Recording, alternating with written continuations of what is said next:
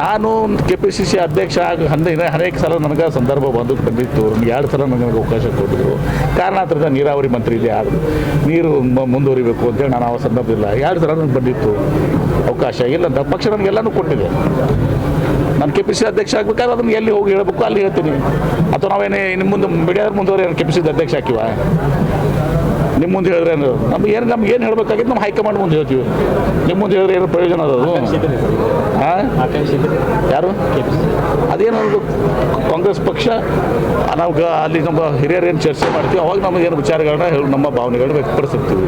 Sir, ಕಳೆದ ಸರಿ ನೀವು ಪ್ರಚಾರ ಸಮಿತಿ ಅಧ್ಯಕ್ಷರಿದ್ದರೆ, ಮೊನ್ನೆ ಉಪಮುಖ್ಯಮಂತ್ರಿಗಳು ಹೇಳಿದ್ರು ನನ್ನ ನೇತೃತ್ವದಲ್ಲಿ ಗೆದ್ದಿದ್ದಾರೆ ಅಂತೇಳಿ. ತಾವು ಸಹಿತ ಪ್ರಚಾರ ಸಮಿತಿ ಅಧ್ಯಕ್ಷರಿದ್ದರು.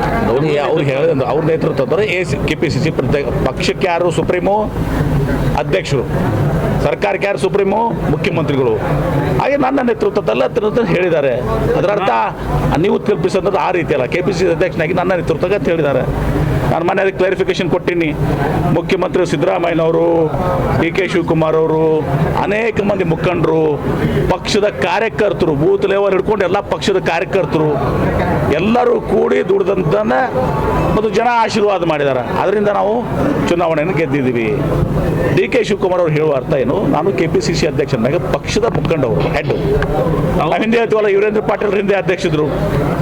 ವೀರೇಂದ್ರ ಪಾಟೀಲ್ ಅಧ್ಯಕ್ಷ ಆದಲ್ಲ 178 ಸೀಟ್ ಬಂದಿದ್ದೀವಿ. ಹಿಂದೆ 13ರಲ್ಲಿ ಪರಮೇಶ್ವರ್ ಅವರು ಪ್ರೆಸಿಡೆಂಟ್ ಇದ್ದರು. ಅವರು ಅಧ್ಯಕ್ಷದ ಪಕ್ಷಕ್ಕೆ ಅಧ್ಯಕ್ಷರು, ಮುಖ್ಯಸ್ಥರು ಯಾರು? KPCC ಪ್ರೆಸಿಡೆಂಟರು. ಸರ್ಕಾರಕ್ಕೆ ಮುಖ್ಯಸ್ಥರು ಮುಖ್ಯಮಂತ್ರಿಗಳು. ಆ ಅರ್ಥದಿಂದ ಹೇಳಿದ್ದಾರೆ. ನೀವು ಅರ್ಥಕ್ಕೆ ಅನರ್ಥ ಮಾಡುವುದೇ ನಿಮ್ಮ ಕೆಲಸ. ಇಲ್ಲ, ಚುನಾವಣೆ ತಾವು ನೇತೃತ್ವ